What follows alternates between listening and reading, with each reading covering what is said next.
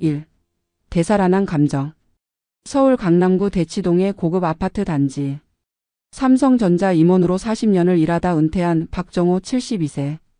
아내를 5년 전 췌장암으로 잃고 난 후 그의 삶은 텅 빈 집안을 홀로 메우는 무미건조한 일상의 연속이었다. 아침 7시에 일어나 혈압약을 먹고 아파트 단지를 한 바퀴 돌고 TV를 보며 시간을 보내는 것이 전부였다. 큰아들은 의사로 미국에 살고 있고 둘째 딸은 판사로 너무 바빠 명절에나 얼굴을 볼 수 있었다. 정호는 매일 밤 침대에 누워 생각했다. 이렇게 죽을 때까지 기다리기만 하면 되는 건가? 그런 정호에게 인생의 마지막 반전이 찾아온 것은 2024년 가을 고등학교 동창회에서였다. 경기고등학교 24회 졸업생들이 50년 만에 모인 자리. 정호는 사실 가기 싫었지만 오랜 친구의 성화에 못 이겨 참석했다. 그런데 그곳에서 믿을 수 없는 광경을 목격했다. 입구에서 명찰을 받으며 웃고 있는 여자 바로 윤희정이었다. 50년 전 그의 첫사랑이자 평생 잊지 못했던 그 사람이었다. 윤희정은 간호사로 평생을 헌신했고 남편을 3년 전 심근경색으로 잃은 후 혼자 살고 있었다. 그녀 역시 자식들과는 소원한 관계였다. 아들은 사업가로 바쁘게 살고 있고 딸은 캐나다로 이민을 가버렸다. 둘이 마주친 순간 시간이 멈춘 듯 했다. 주름이 깊어지고 머리카락은 하얗게 변했지만 그 눈빛과 미소만큼은 18세 때 그대로였다. 동창회가 끝난 후 정호와 희정은 근처 카페에 앉아 밤늦게까지 이야기를 나눴다. 50년 동안 쌓인 이야기들이 폭포수처럼 쏟아져 나왔다. 각자의 결혼 생활, 자식들의 성장, 배우자를 잃은 슬픔까지 모든 것을 털어놓았다. 희정은 남편과의 결혼 생활이 행복하기보다는 의무감으로 버텨낸 시간이었다고 고백했다. 정호 역시 아내를 사랑했지만 마음 한구석에는 항상 희정에 대한 그리움이 자리 잡고 있었다고 솔직하게 말했다. 그 이후 둘은 매일 전화를 주고받기 시작했다. 아침에 일어나자마자 안부를 묻고 저녁에는 하루 있었던 일을 나누며 통화 시간이 점점 길어졌다. 정호는 40년 만에 처음으로 누군가를 기다리는 설렘을 느꼈다. 핸드폰 벨소리만 들려도 가슴이 뛰었고 희정의 목소리를 듣기 위해 일부러 먼저 전화를 걸기도 했다. 주말이면 둘은 한강공원을 함께 산책했다. 정호는 새로 산 운동화를 신고 희정은 연분홍색 운동복을 차려입고 나왔다.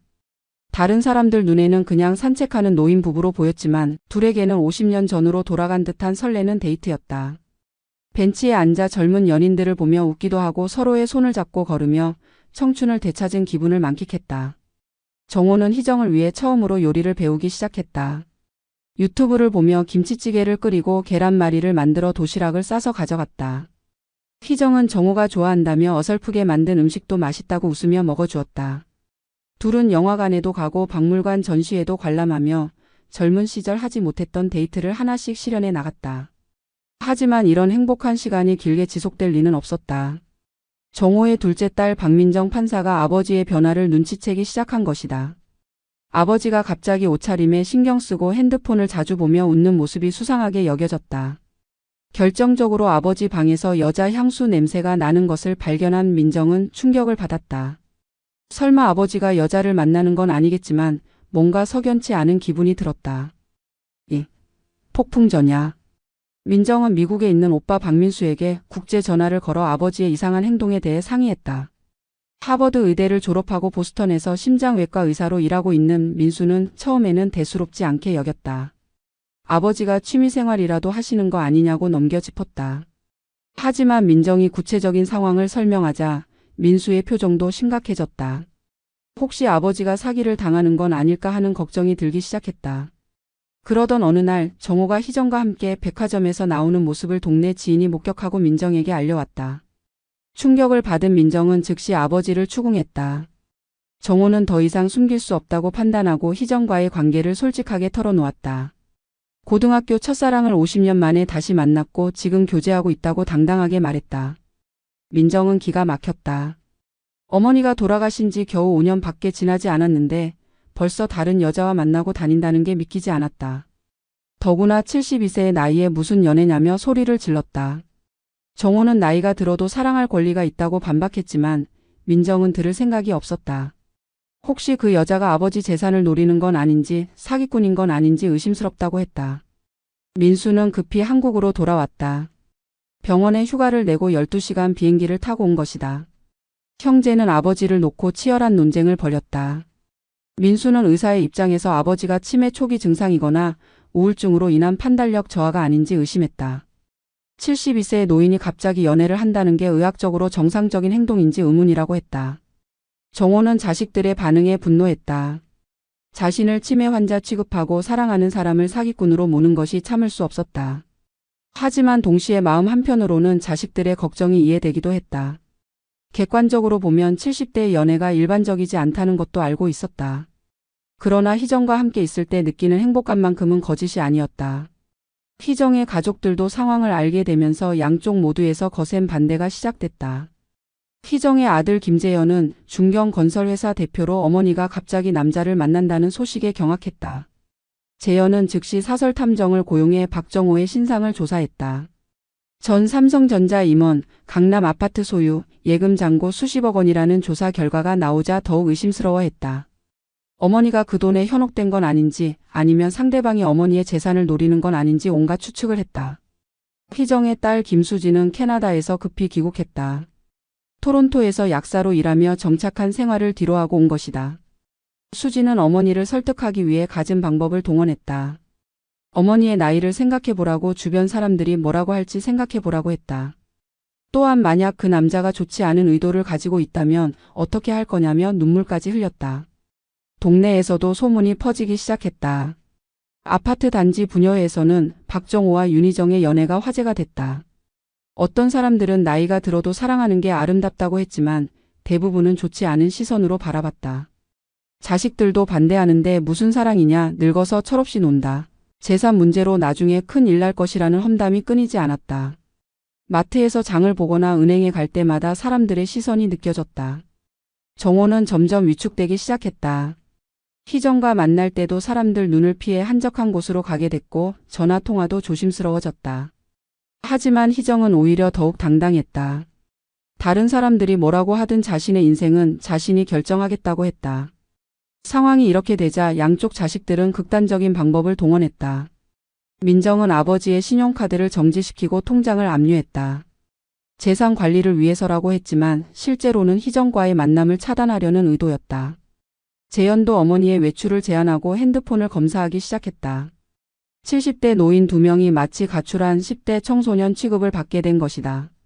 이런 압박 속에서도 정호와 희정의 마음은 더욱 굳건해졌다.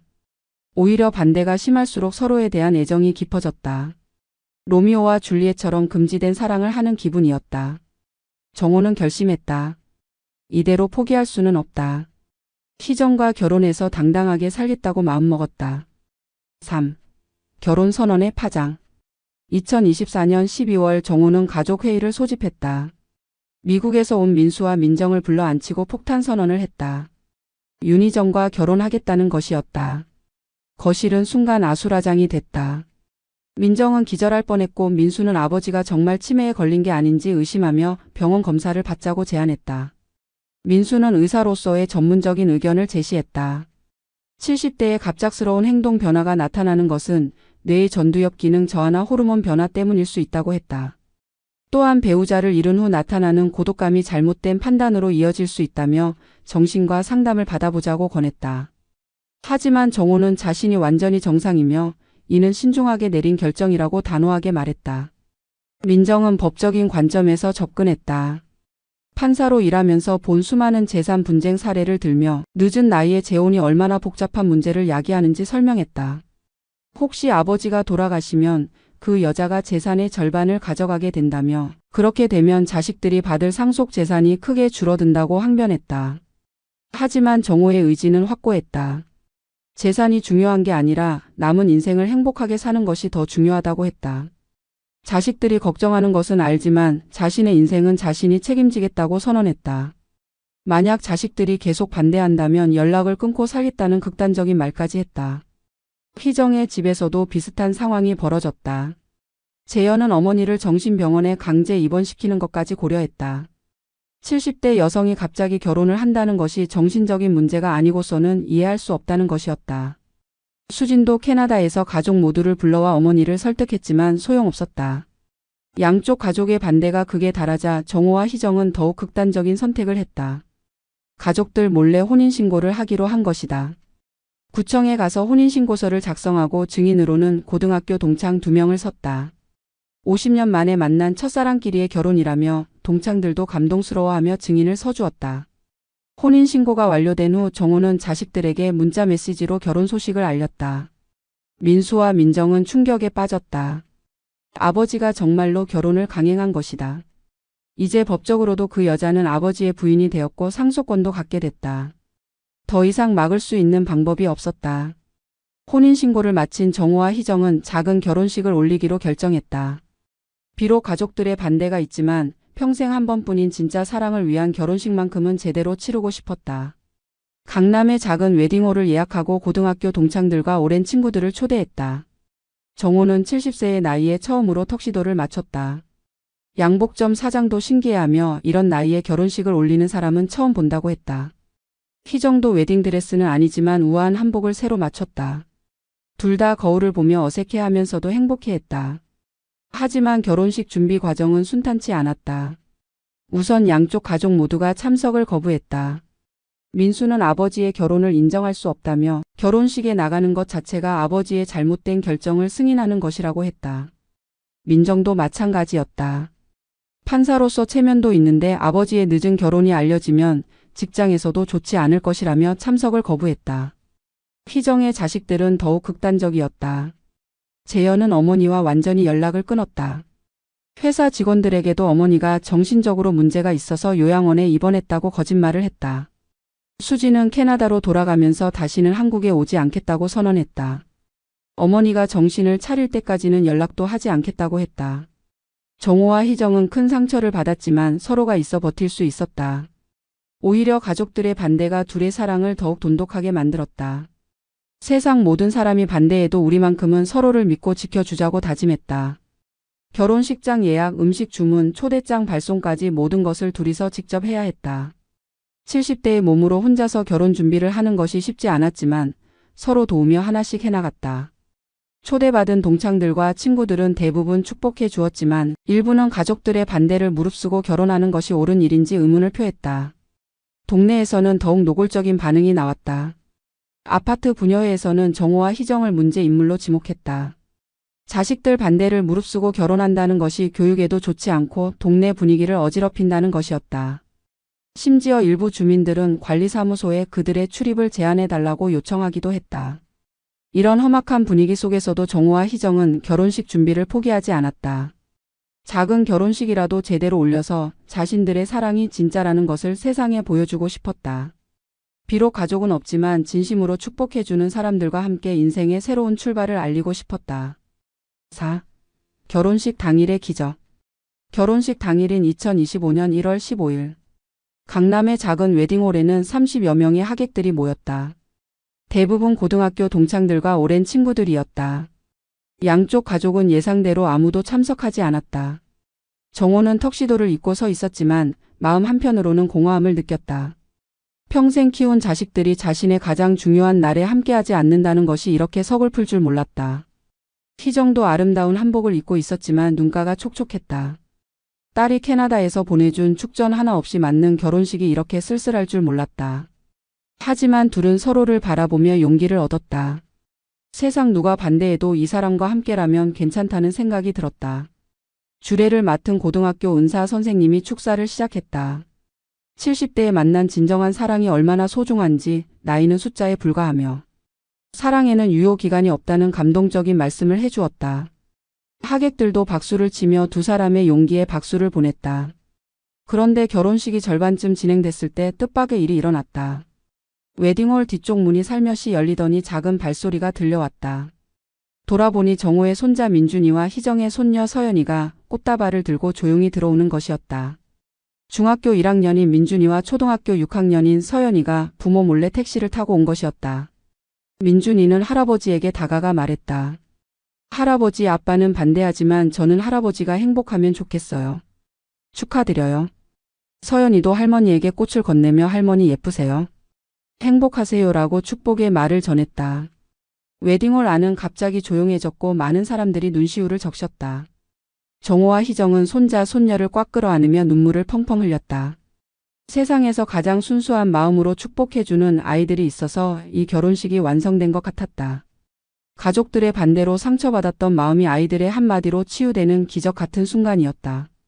결혼식은 그렇게 감동적으로 마무리됐다. 비록 가족 대부분이 참석하지 않았지만 진심으로 축복해주는 사람들과 사랑스러운 손자, 손녀들이 함께해서 완벽한 결혼식이 됐다. 정호와 희정은 이제 진짜 부부가 된 것이다. 결혼 후 정호와 희정은 정호의 강남 아파트에서 신혼생활을 시작했다. 72세와 70세의 늦은 신혼생활이었지만 둘에게는 새로운 인생의 시작이었다. 매일 아침 함께 산책을 하고 함께 요리를 하며 소소한 일상의 행복을 만끽했다. 정호는 희정을 위해 집안 곳곳에 안전바를 설치하고 희정은 정호의 건강을 위해 매일 영양가 있는 음식을 준비했다. 하지만 가족들과의 갈등은 여전히 해결되지 않았다. 민수는 아버지와 완전히 연락을 끊었다.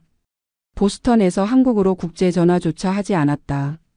병원 동료들에게는 아버지가 치매에 걸렸다고 거짓말을 했다. 민정도 마찬가지였다. 법원에서 동료 판사들에게 아버지 이야기가 나올 때마다 부끄러워했다. 희정의 자식들은 더욱 극단적이었다. 재현은 어머니의 통장을 모두 동결시키고 카드도 정지시켰다. 어머니가 그 남자에게 돈을 빼앗기는 것을 막겠다는 명목이었다. 수지는 캐나다에서 한국 영사관을 통해 어머니의 정신 감정을 요청하기까지 했다. 70대 여성이 갑작스럽게 결혼한다는 것이 정신적 이상 증세라는 주장이었다. 더욱 충격적인 것은 두 가족이 서로 만나서 대책을 논의한다는 것이었다.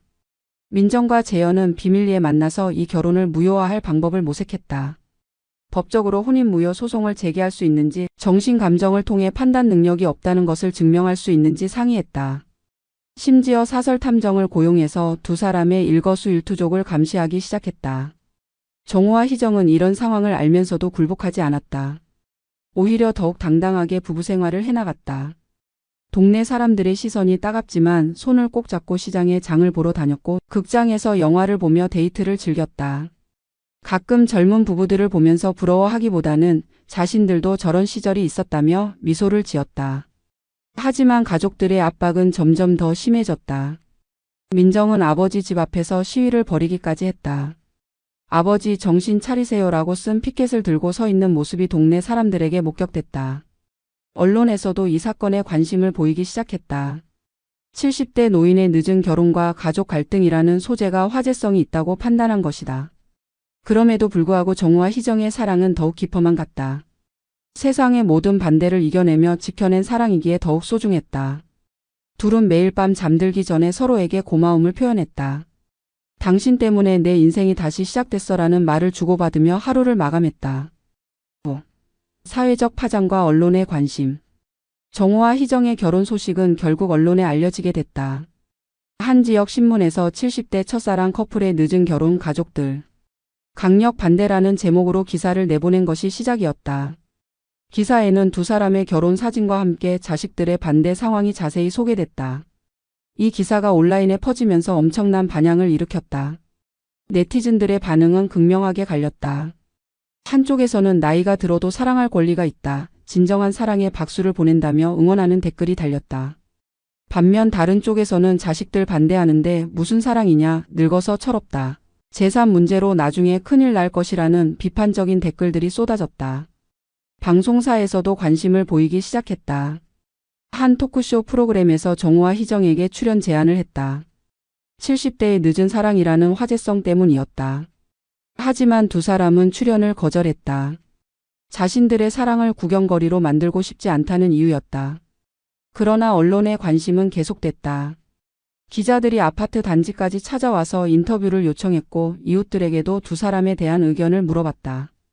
대부분의 이웃들은 좋지 않은 반응을 보였다. 동네 분위기가 어수선해졌다. 자식들이 불효자 취급당하는 것도 안쓰럽다는 말들이 나왔다. 정호와 희정은 이런 관심이 부담스러웠다. 집 밖으로 나가기만 해도 사람들의 시선이 집중됐고 수근거리는 소리가 들렸다. 마트에서 장을 보거나 병원에 갈 때도 조심스러워졌다. 하지만 굴복하지 않고 당당하게 생활하려고 노력했다. 언론 보도가 나간 후 뜻밖의 반응도 있었다. 전국에서 비슷한 상황에 있는 노인들로부터 연락이 왔다. 자신들도 늦은 나이에 사랑을 만났지만 주변의 반대로 포기했다는 사연들이었다. 정호와 희정의 용기에 감동받았다며 격려의 편지를 보내는 사람들도 있었다. 한 노인복지단체에서는 정호와 희정을 초청해서 강연을 요청하기도 했다. 고령화 사회에서 노인들의 사랑과 결혼에 대한 인식을 바꿔보자는 취지였다. 하지만 두 사람은 아직 가족, 갈등이 해결되지 않은 상황에서 공개적인 활동을 하는 것은 부담스럽다며 정중히 거절했다. 이런 사회적 관심 속에서도 정호와 희정은 자신들만의 소박한 행복을 지켜나갔다. 매일 아침 함께 라디오 체조를 하고 저녁에는 손을 잡고 아파트 단지를 산책했다. 다른 사람들이 뭐라고 하든 자신들의 사랑만큼은 진짜라는 확신이 있었다. 결혼한 지 6개월이 지난 어느 날 정호에게 큰 건강상의 문제가 발생했다. 아침에 일어나려다가 갑자기 가슴 통증을 호소하며 쓰러진 것이다. 희정은 당황하며 119에 신고했고 정호는 응급실로 실려갔다. 검사 결과 심근경색 초기 증상이었다. 72세의 고령의 갑작스러운 생활 변화와 스트레스가 원인으로 추정됐다. 희정은 병원에서 밤새 정호를 간병했다. 70세의 나이에 남편을 간병하는 것이 쉽지 않았지만 사랑하는 사람을 위해서라면 무엇이든 할 수 있었다. 의사는 수술이 필요하다고 했지만 보호자 동의가 필요했다. 희정은 법적으로 부인이지만 의료진은 자녀들의 동의도 받는 것이 좋겠다고 했다. 결국 희정은 민수에게 연락할 수밖에 없었다. 아버지가 위급한 상황이라고 전했다. 민수는 처음에 믿지 않았다. 아버지를 빼돌리려는 희정의 거짓말이라고 생각했다. 하지만 병원에서 직접 연락이 오자 급히 한국으로 향했다. 아무리 화가 나도 아버지의 생명은 소중했다. 민수가 병원에 도착했을 때 희정은 정호의 침대 옆에서 밤새 지켜보고 있었다. 며느리도 아닌 여자가 아버지를 간병하고 있는 모습을 보며 민수는 복잡한 감정을 느꼈다. 화가 나면서도 한편으로는 고마웠다. 자신들이 버린 아버지를 이 여자가 돌보고 있었던 것이다. 수술은 성공적으로 끝났다. 정호는 일주일 정도 입원해야 했다. 그 기간 동안 희정은 하루도 빠지지 않고 병원에 나와서 간병을 했다. 죽과 반찬을 직접 만들어 와서 먹여주고 몸을 닦아주고 산책도 도와줬다. 민수는 이런 희정의 모습을 보며 점차 마음이 변하기 시작했다. 정말 재산이 목적이었다면 이렇게까지 하지 않을 것이다라는 생각이 들었다. 70세의 여자가 72세의 남자를 간병하는 것이 얼마나 힘든 일인지 의사인 민수가 누구보다 잘 알고 있었다. 희정의 헌신적인 모습을 보며 이것이 진짜 사랑이 아닐까 하는 생각이 들기 시작했다. 민정도 병원을 찾았다. 아버지가 위험하다는 소식을 듣고 급히 온 것이다. 아버지를 원망하고 화내면서도 정말 이럴 수도 있다는 생각이 들자 무서워졌다. 병실에서 희정이 정성스럽게 아버지를 돌보는 모습을 보며 민정도 마음이 흔들리기 시작했다. 정호가 깨어났을 때 가장 먼저 찾은 것은 희정이었다. 당신이 없었으면 어떻게 되었을까라며 희정의 손을 꼭 잡았다. 그 모습을 본 민수와 민정은 아버지의 사랑이 진짜라는 것을 확신하게 됐다. 72세의 나이에도 누군가를 이렇게 간절히 사랑할 수 있다는 것이 놀라웠다. 6. 화해의 시작. 정호가 태어난 후 가족 간의 분위기가 조금씩 변하기 시작했다. 민수는 처음으로 희정과 제대로 된 대화를 나눴다. 희정의 간호사 경력과 아버지를 돌보는 전문성을 인정하게 됐다. 또한 희정이 자신의 재산까지 털어서 아버지의 의료비를 대는 모습을 보며 완전히 마음을 바꿨다. 민정도 마찬가지였다. 법원 업무로 바쁜 와중에도 희정이 아버지 간병을 완벽하게 해내는 것을 보며 감사함을 느꼈다. 만약 희정이 없었다면 자신들이 직접 간병을 해야 했을 텐데 그것이 얼마나 힘든 일인지 깨달았다. 첫 번째 화해의 신호는 민수가 희정에게 고맙다는 말을 한 것이었다. 아버지를 잘 돌봐주셔서 감사합니다 라는 짧은 인사였지만 그동안의 적대감을 생각하면 큰 변화였다. 희정도 당연한 일입니다. 저도 정호 씨를 사랑하니까요 라고 담담하게 대답했다. 민정은 한 걸음 더 나아가서 희정에게 정식으로 사과했다. 처음에는 아버지를 보호하려는 마음에 너무 심했던 것 같아요. 죄송합니다 라고 머리를 숙였다. 희정은 이해할 수 있는 일이었어요. 자식으로서 당연한 걱정이었죠라며 너그럽게 받아들였다. 정호는 자식들의 변화에 눈물을 흘렸다. 그동안 얼마나 서운했는지 가족들의 인정을 받고 싶었는지 솔직하게 털어놓았다. 너희들이 반대하니까 내가 잘못된 선택을 한 건 아닌가 싶어서 많이 괴로웠다고 했다. 민수는 아버지에게 진심으로 사과했다. 아버지 마음도 헤아리지 못하고 무조건 반대만 했던 것 같아요. 이제는 아버지의 선택을 존중하겠습니다. 라고 약속했다. 그리고 희정에게도 새어머니라고 부르며 가족으로 받아들인다는 의사를 표현했다. 하지만 희정의 가족들은 아직 마음을 열지 않고 있었다. 재현은 여전히 어머니와 연락을 끊고 있었고 수진도 캐나다에서 돌아올 생각을 하지 않고 있었다. 희정은 아쉬워했지만 일단 정호의 가족들과 화해한 것만으로도 큰 진전이라고 생각했다. 정호와 희정은 이제야 진짜 부부가 된 기분이었다. 가족들의 인정을 받으니 마음이 한결 편해졌다. 민수는 아버지의 건강 관리를 위해 정기적으로 한국을 방문하겠다고 약속했고 민정도 주말마다 안부를 확인하러 오겠다고 했다. 결혼한 지 2년이 지난 2027년 봄. 정호와 희정은 경기도 양평의 작은 마을로 이사했다. 강남 아파트를 정리하고 조용한 전원에서 여생을 보내기로 결심한 것이다. 작은 한옥을 개조해서 둘만의 보금자리를 만들었다. 마당에는 희정이 심은 장미꽃과 정호가 가꾸는 텃밭이 있었다. 매일 아침 함께 채소를 가꾸고 오후에는 마을 뒷산을 산책하며 평온한 일상을 보냈다. 74세와 72세가 된 두 사람이지만 여전히 신혼부부처럼 다정했다. 민수는 분기마다 한국을 방문해서 아버지와 희정을 만났다. 이제는 희정을 진짜 어머니처럼 대했고 건강관리에 대한 조언도 아끼지 않았다. 민정도 주말마다 양평을 찾아와서 함께 시간을 보냈다. 손자 민준이는 고등학생이 됐지만 여전히 할아버지와 희정 할머니를 좋아했다. 희정의 가족들도 조금씩 마음을 열기 시작했다. 재현은 아직 완전히 화해하지는 않았지만 명절에는 인사 정도는 나누게 됐다. 수지는 여전히 캐나다에 있지만 가끔 영상통화로 어머니 안부를 확인했다. 손녀 서연이는 중학생이 됐는데 방학마다 양평에 놀러와서 희정과 정호를 기쁘게 해줬다. 마을 사람들은 처음에 70대 신혼부부를 신기하게 여겼지만 이제는 자연스럽게 받아들였다.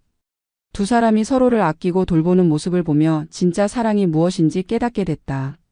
마을 이장은 저런 부부가 진짜 금슬 좋은 부부라며 부러워했다. 어느 봄날 저녁 정호와 희정은 마당에서 차를 마시며 일몰을 바라보고 있었다. 정호가 말했다. 당신과 결혼한 게 내 인생 최고의 선택이었어. 희정도 웃으며 대답했다. 나도 마찬가지야. 이렇게 행복할 줄 몰랐어. 두 사람은 손을 꼭 잡고 석양을 바라봤다. 세상 모든 사람이 반대했지만 끝까지 포기하지 않고 지켜낸 사랑이었다. 나이는 숫자에 불과하고 진짜 사랑에는 유효기간이 없다는 것을 몸소 증명한 것이다. 정호는 생각했다. 사람은 죽을 때까지 사랑할 권리가 있다. 자식들의 걱정도 세상의 시선도 이해하지만 결국 자신의 인생은 자신이 책임져야 한다. 72세에 만난 진짜 사랑 덕분에 남은 인생이 이렇게 소중하고 의미 있는 시간이 될 줄 몰랐다. 희정도 마찬가지 생각이었다. 늦었다고 생각했을 때가 정말 시작이었다. 70세에 만난 첫사랑과의 결혼이 자신에게는 인생의 새로운 출발점이 되었다. 비록 자식들과의 갈등이 완전히 해소되지는 않았지만 사랑하는 사람과 함께하는 매일이 축복이었다. 두 사람의 러브스토리는 이제 마을의 전설이 됐다. 70대에 만난 첫사랑끼리 결혼해서 행복하게 살고 있다는 이야기가 입소문을 타며 퍼져나갔다. 가끔 젊은 연인들이 양평까지 찾아와서 두 사람을 만나보고 싶다고 했다. 진짜 사랑이 무엇인지 배우고 싶다는 것이었다. 정호와 희정은 이렇게 말해주곤 했다.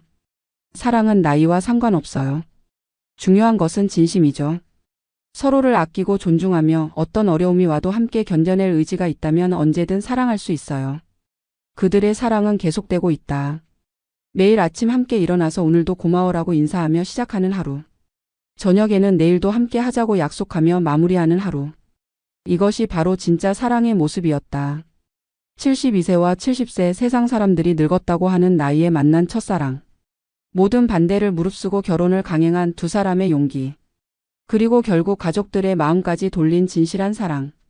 이것이 바로 박정호와 윤희정의 러브스토리였다. 사랑에는 정말 나이가 없다. 죽을 때까지 사랑할 수 있고 사랑받을 수 있다. 정호와 희정이 증명한 것은 바로 이것이었다. 그들의 이야기는 오늘도 양평의 작은 마을에서 계속 써져가고 있다.